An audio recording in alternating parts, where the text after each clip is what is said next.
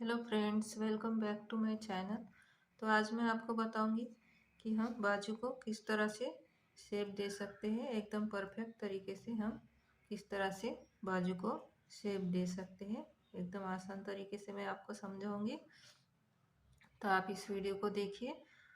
और जो कभी कभी बिगनर्स को प्रॉब्लम आती है बाजू कटिंग करने में, परफेक्ट शेप देने में उनको प्रॉब्लम आती है, तो आज इस वीडियो को आप ध्यान से देखिए और आप आसानी से सीख सकते हैं कि हम बाजू को किस तरह से परफेक्ट शेप दे सकते हैं।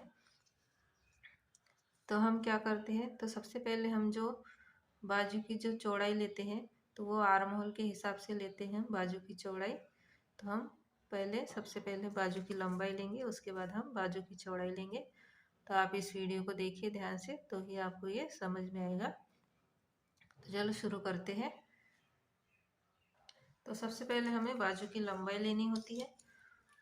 तो बाजू की लंबाई हम लेंगे, तो जैसे बाजू की लंबाई 4 इंच है तो हम उसमें 1.5 इंच हम एक्स्ट्रा मिलाएंगे। जैसे नीचे के साइड पट्टी फोल्ड होती है, तुरपाई होती है, तो उसके लिए हमको 1.5 इंच एक्स्ट्रा लेना पड़ता है। तो हम 4 इंच बाजू की तैयार लेंथ है, तो उसमें हम 1.5 इंच एक्स्ट्रा प्लस करेंगे। तो हम 5.5 इंच लेंगे बाजू की लंबाई। बाजू की लंबाई हम 5.5 इंच लेंगे। इस तरह से हमने 1.5 इंच इतना हमने 1.5 इंच एक्स्ट्रा लिया है, क्योंकि जो नीचे के साइड से जो पट्टी होती है वो फोल्ड होती है और तुरपाई लगती है, इस वजह से हमने ये 1.5 इंच हमने इस तरह से एक्स्ट्रा लिया है।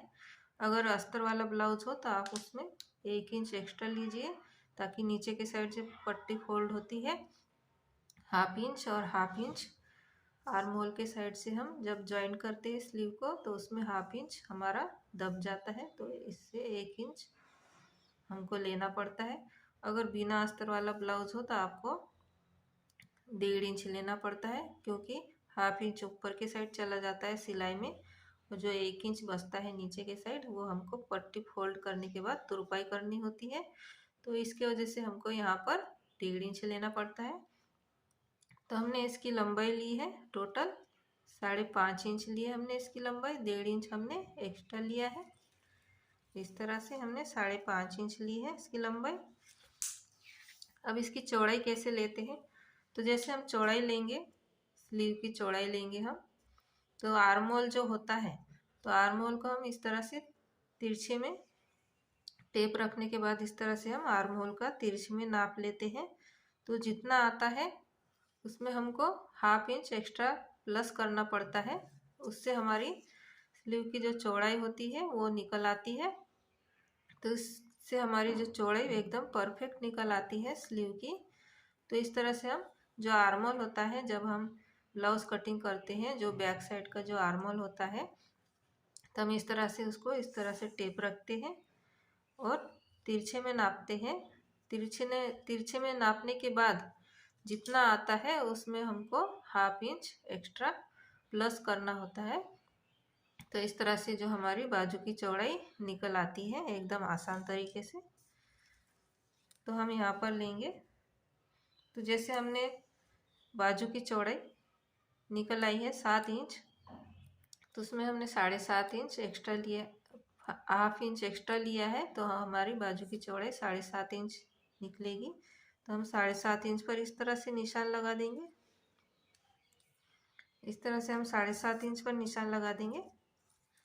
तो इस तरह से हमारी बाजू की चौड़ाई भी निकल आई है और बाजू की लंबाई भी हमने ले ली है। तो इसको हम इस तरह से सीधा कर देंगे इस तरह से, और एक्स्ट्रा पेपर जो होता है उसको हम पहले कट कर देंगे ताकि आपको समझने में आसानी हो।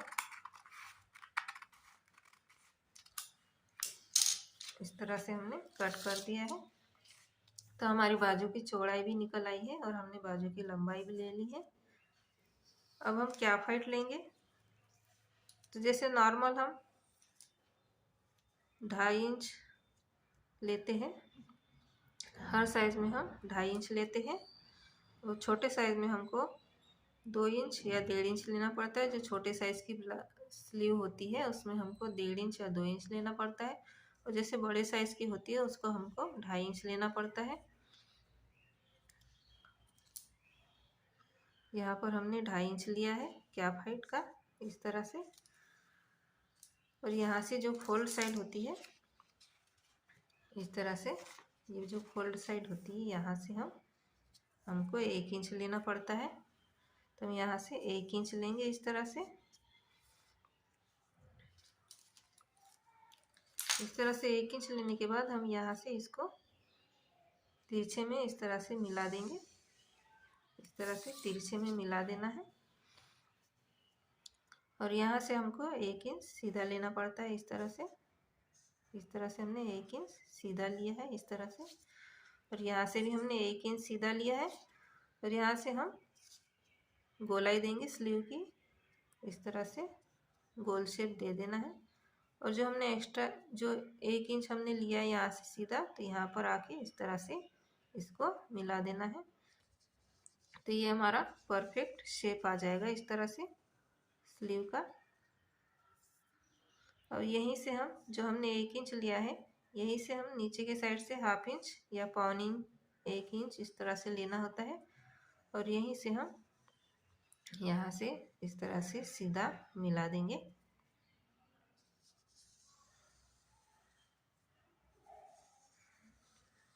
इस तरह से मिला देना है सीधा।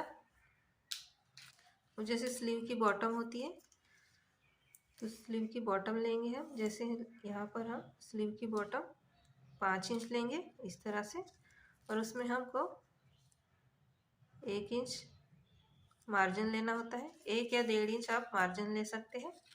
इस लाइन को इस तरह से सीधा कर देना है। अब हम कटिंग कर देंगे।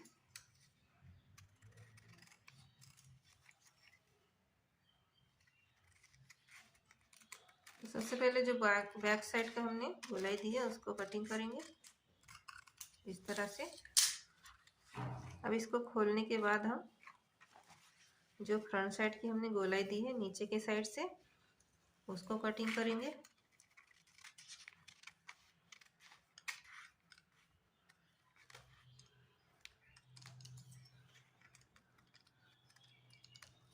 इस तरह से, तो इस तरह से हमारी परफेक्ट शेप आ गई है स्लीव की।